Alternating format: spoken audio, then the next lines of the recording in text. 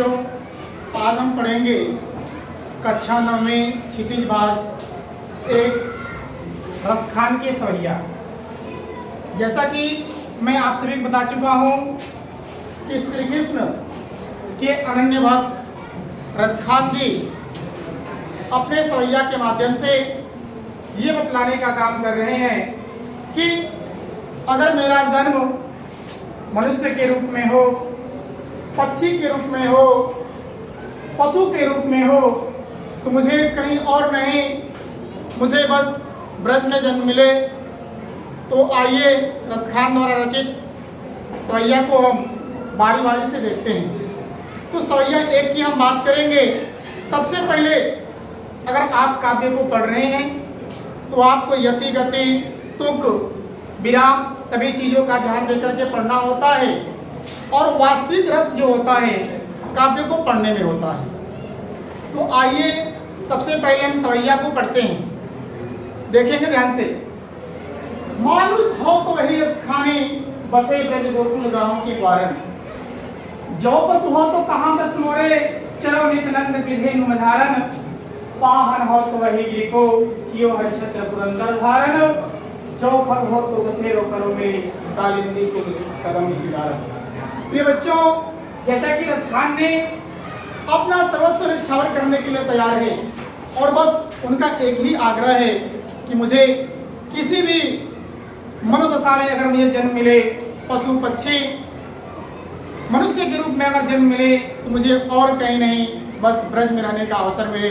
तो आइए देखते हैं। मानुष हो तो वही रसखाने, बसे ब्रज गोकुल गाँव की द्वारा। कवि रसखान कह रहे हैं कि अगर मेरा जन्म पशु के रूप में हो, किसके रूप में हो, तो मुझे जन्म कहाँ मिले, कहाँ मिले, गोकुल में। अगर मेरा जन्म मनुष्य के रूप में हो तो मुझे गोकुल के बीच रहने का अवसर मिले। अगली पंक्ति में क्या कर रहे हैं, जो पशु हो तो कहाँ बस मोरे, चलो नित्यानंद की भी मझारन। अगर मेरा जन्म पशु के रूप में हो तो मुझे नंद बाबा के गायों के बीच में रोजाना चरने का अवसर प्राप्त हो। ठीक, आगे बढ़ते हैं। पाहन हो तो वही गिरी को, जो कि हरिछत्र पुरंदर धारन। इतना ही नहीं, अगर मेरा जन्म पत्थर के रूप में हो तो मैं उसी गोवर्धन पर्वत का पत्र बनना चाहूंगा जिसे हरि अर्थात श्री कृष्ण ने धारण किया। अगली पंक्ति में, जो खग हो तो बसेरो करो मेरी, कालिंदी कुल कदम की डारन।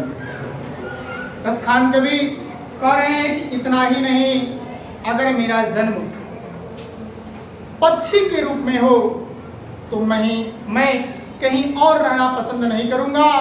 मुझे वही कदम का वृक्ष बसेरा के रूप में मिले, जहाँ पे श्री कृष्ण अपने ग्वाल बालाओं के साथ यमुना नदी के तट पर आनंद लेते। बच्चों, ये सवैया एक की व्याख्या थी। आइए हम सवैया 2 को देखते हैं। या लकुटी अविका मैया पर, राज तिनु पर को तजिदारो। आठों सिद्धि नौ निधि के सुख नंद की गाय चराए विसारो। रसखान कबो आत्म सो ब्रज के वनवाग तड़ाग निहारो। कोटि के एक कल भक्त के धाम कर लीजिए कुंजन ऊपर वाग। रसखान कवि इनको कुछ नहीं चाहिए, चाहिए क्या, बस ब्रज में रहने का अवसर। ये होता है किसी व्यक्ति विशेष का किसी व्यक्ति विशेष से प्रेम, और रसखान कवि का प्रेम श्री कृष्ण से अगाध है, और उस प्रेम के चलते रसखान जो है सर्वस्व त्यागने को तैयार हैं। बस उन्हें श्री कृष्ण का सानिध्य चाहिए, अर्थात श्री कृष्ण के छत्र छाया में रहना चाहते हैं।